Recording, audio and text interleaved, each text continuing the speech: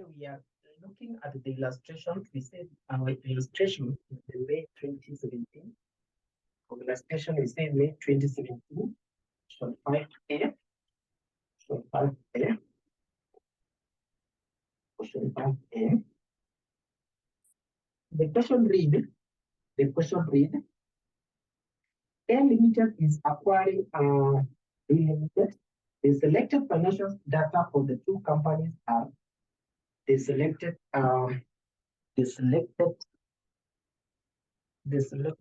financial data. Just a minute. The selected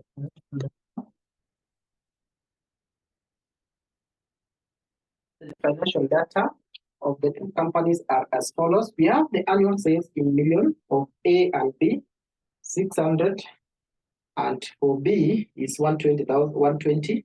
Remember, it is in million. Net incomes in million, 35 for company A and 3 for company B.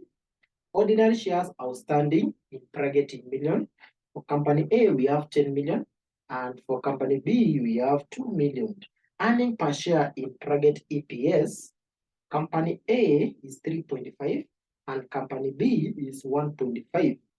And then market price per share in bracket MPS, we have 40 shillings for A and 15 shillings for B. Both companies are in the 30% tax bracket. The 30% tax bracket required, number one, the maximum exchange ratio that A should agree to if it expects no dilution in earning per share. They said the maximum exchange ratio that A should agree if it expects no dilution in earning per share. So how do you get the maximum exchange? The maximum exchange what? Exchange rate? The maximum exchange rate. How do you get the maximum exchange rate? Remember, in bracket, look at what the examiner has said. If it expects no dilution of EPS. So if the examiner is asking no dilution of EPS, it is what? Is asking for what? Non-diluting EPS. It is asking for non-diluting in EPS. And whenever you are doing financial management, the moment you have read the question, the first thing you should do is you write down the formula. So how do you get non-diluting EPS? Non-diluting EPS. We can use the simplest formula we have said, the EPS of target company. We divide by the EPS of what? A predator. So if you look at our questions, we have been told A is acquiring B. So B here is the target company. And A here is a predator. A here is a predator. When it comes to the question, they have given us the EPS of A being 3.5. And then they have given us for B, it is what? No, for A, it should be on top. That is for target company. For B, which is earning per share, is 1.5. And for the predator is 3.5. That one will give you the non-diluting EPS. Alternatively, you can use the other formula, which we said you get the PE ratio, which you will take the market price per share of the A company, which is 40.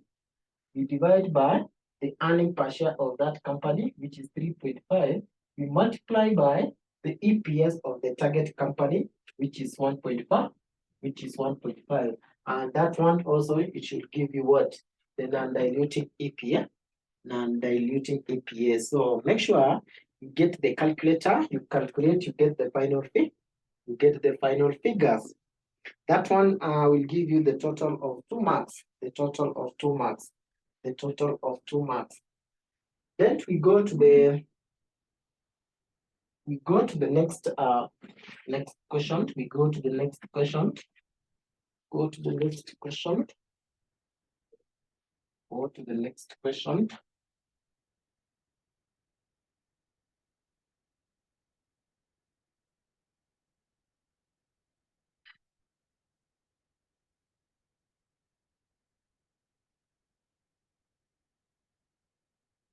So Roman 2 of this question is asking for total premium that shareholders of B Limited could receive at an exchange ratio calculated in A above. Remember, we have just calculated that our exchange ratio should be 1. Exchange ratio, it is 1.5. We divide by 3.2. That will give us our exchange rate. The exchange ratio. Now the examiner, examiner is asking for the share premium of this exchange ratio, the share premium of that exchange ratio.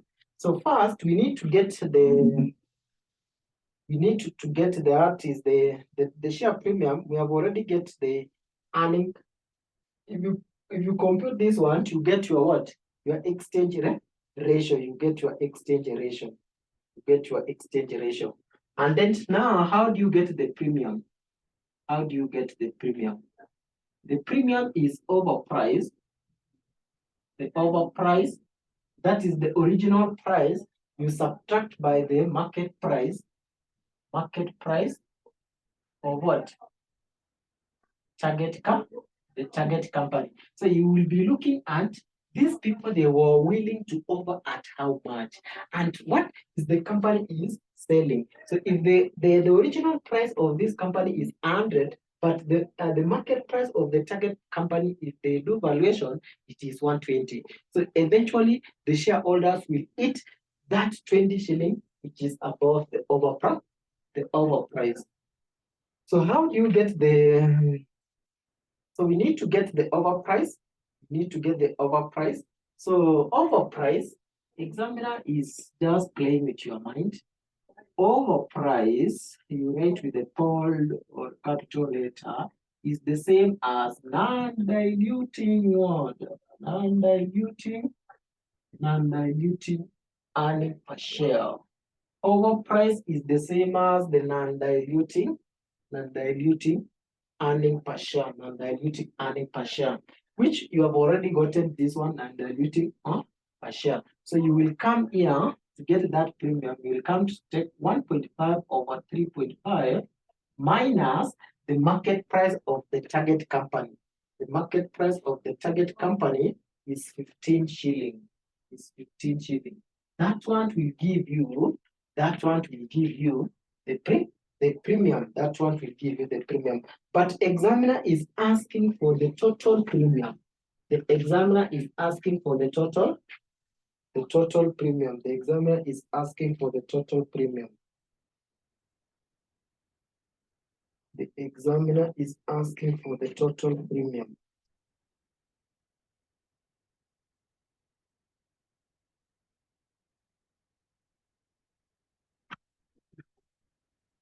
The examiner is asking for the total premium. So to get the total premium, just get the total premium. You will take that we have already gotten. So you will take minus that. This one, that one is just for per share. Then the total premium you just multiply by the number of shares. Just multiply by the number of shares. So the total premium. Remember, this one is for one share. So you will take 1.5 divided by 3.5 minus 15 times what? Minus 15 times the total number of shares of these companies. That is the outstanding is 2. So that it will give you the total premium. It will give you the total premium. That is Roman 2. We go to Roman 3. Go to Roman 3. Go to Roman 3.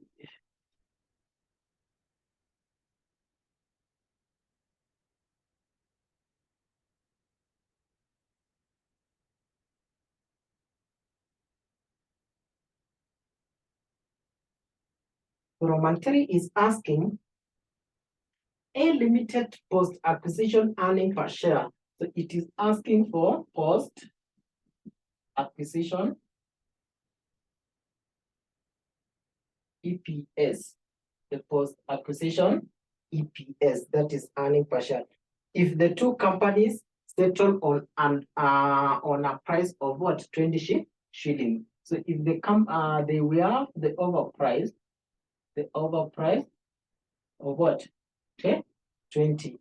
If they settle at overprice of what? 20. If they settle at an overprice of 20. Remember we said to get the post-acquisition EPS, you take the earning 1 plus earning 2, you divide by the number of shares of 1 of 2 times the exchange ratio. We need to get now. So let's get the exchange ratio. So let's get the exchange ratio, which is overprice. Overprice, we divide by what? The MPS. The MPS of a predator. The MPS of a predator. So the overprice, the examiner has said it will take what? 20.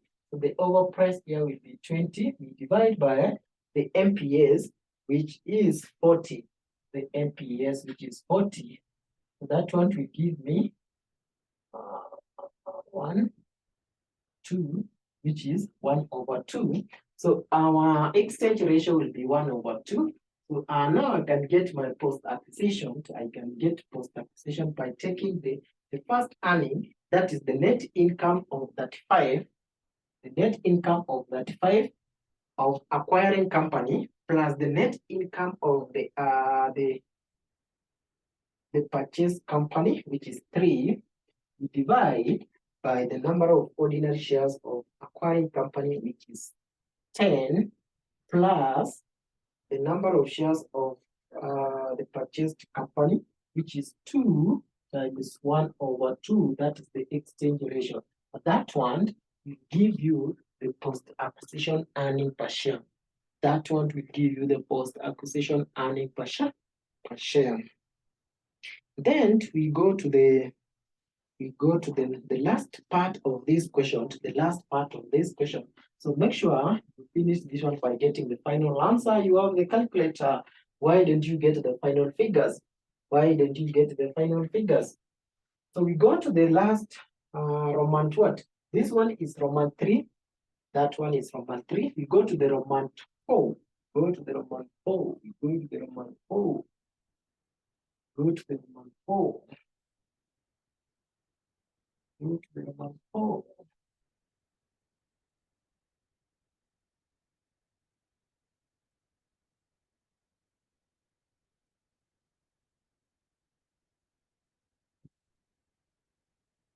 So Roman 4 is asking for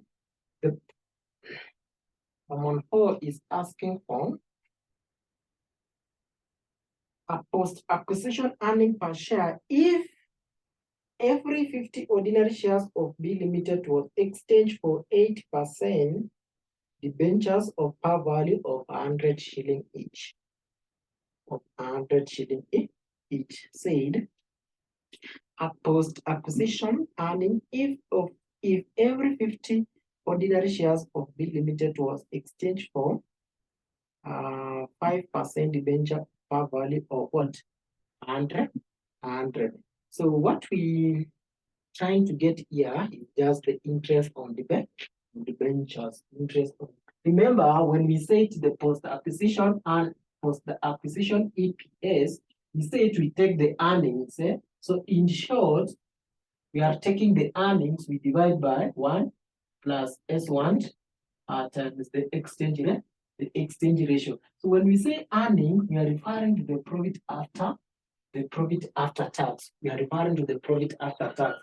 And profit after tax, my good student, interest on debentures or loan, is what? is taxable. Is taxable. Interest on debentures or loan is taxable. So if it's taxable, then we need to include that interest. So we need to capture that interest in. So we need to adjust this earning for us to get what? The final figure, which is the profit after tax, the part. Now let's get that interest. Let's get that interest. So he said for every 50, for if every 50 of that B you get what? One, get exchange for 8% debenture. So if you have 50 of ordinary shares, you get what? One debenture. You get one debenture. Get one debenture. So how much of the ordinary shares do we have? We have 2 million. We have 2 million. So it will be, so if 50, you get one, what about 2? What about 2 million? What about 2 million? So we take times 1 over 5, which will give us how much? So you will take that 2 million.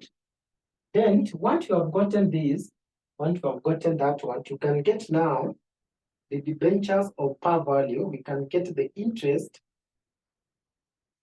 We can get the interest of par value. So let's get the interest of par value. Let's get the interest of par value.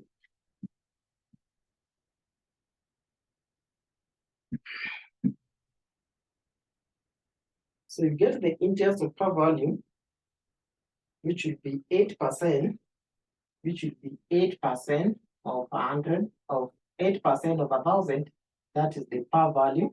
So that is the interest on the debenture. So when you get that one, you multiply by the total number of debentures, which you will get here.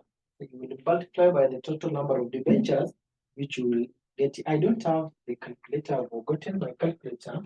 So we could have got all these final figures, but for you, you have the calculator. So it's not very easy. It's not difficult for you to get the answers. It's not difficult for you to get the answers. So you get the interest on the debenture. Remember, when you say interest on the debenture, interest, you take what? The coupon rate, times the par value. That is the par value. They have given us the coupon rate being 8% and the par value giving us a million. That one will give you the total interest per share. That is the total interest per share. What about that is the total interest per share. So it will mean, so it will be the earning, that is earning 1, which is 35, plus earning 2, which is 3. Remember we said the interest is taxable. So this one you adjust with tax, that is 1 minus t. 1 minus t. So 1 minus t, if I take 1 minus 30%, so it will be 1 minus 30%, which will be 0.7. So I will take this one plus this one minus 8% of 1,000 times 0.8 times 0.7 times 0.7. I